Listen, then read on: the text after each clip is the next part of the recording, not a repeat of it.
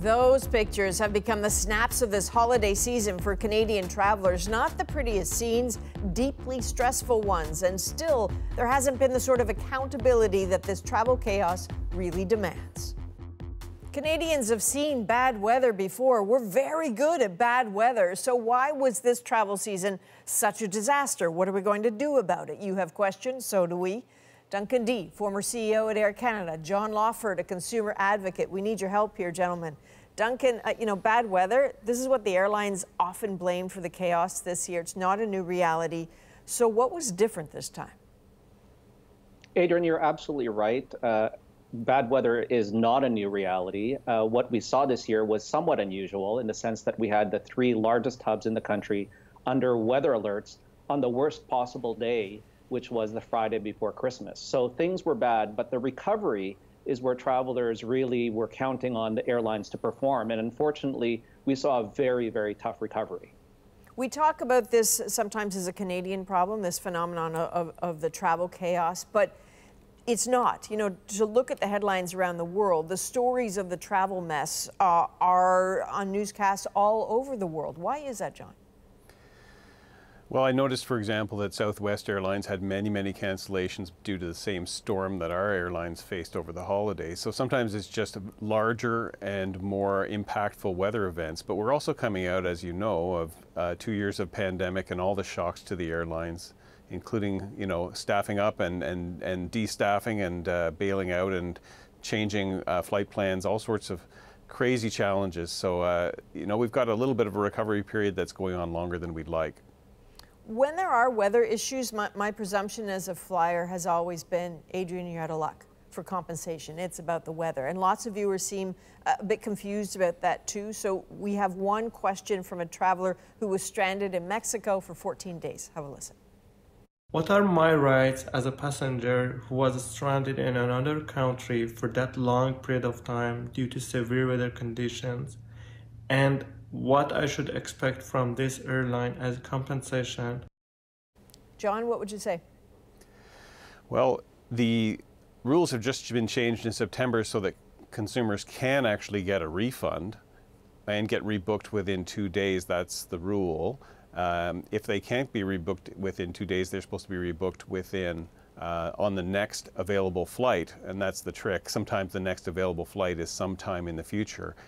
If it's a larger airline, they're also required to be put on a different airline to get home, one that's a competitor, if that's available.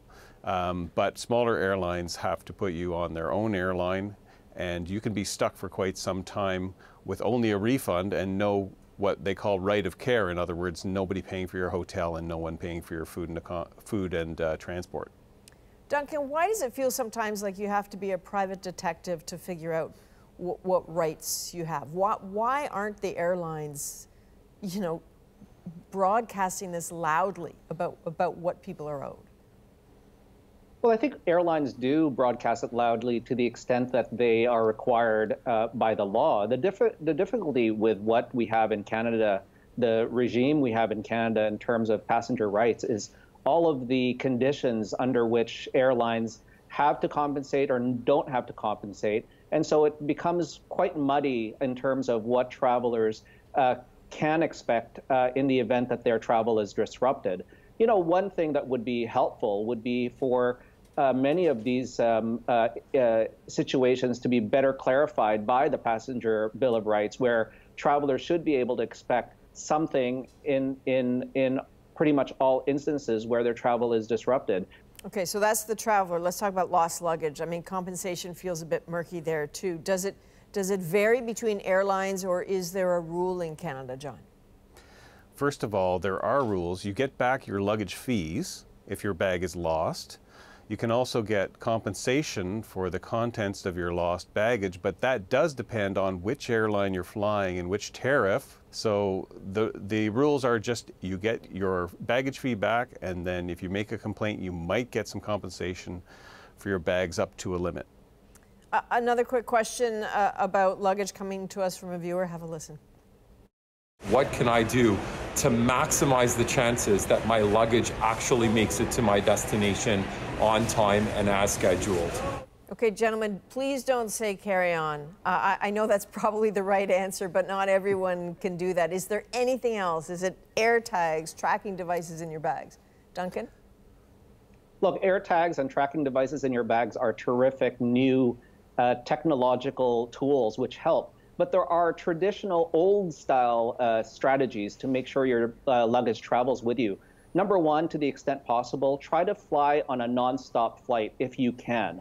If you can't fly on a nonstop flight and you want to check a bag, make sure that your connecting time between the two flights is as long as possible. So don't risk it by saying you want to do it within an hour at say, Pearson Airport. And finally, make sure your luggage is properly identified, both inside and outside the bag. Those are just basic tools, basic strategies to ensure that your bag doesn't get lost. But if it does get lost, it can be more easily found.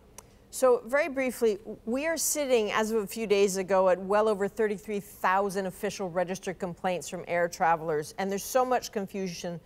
Who does this right? Where is the model that we need to emulate? So a good idea from each of you, if we may. Duncan, please. What really we need from Parliament and this committee that's meeting this Thursday is for them to focus on the structural issues that have caused many of these cancellations, delays, and disruptions in the air transportation sector throughout 2022, not just the Christmas period, but throughout the year. And John, last word to you, sir. Each complaint is considered something that can be challenged before the tribunal by the airlines. It really should be more of a parking ticket type system where if you have a pretty basic complaint, the Canadian Transportation Agency just tells the airline, look, this is the amount we're going to settle it for. If you have any objections, we'll take those later and make it a much more administrative process. Because right now, the backlog is also caused by the processing of these complaints in that sort of formal fashion.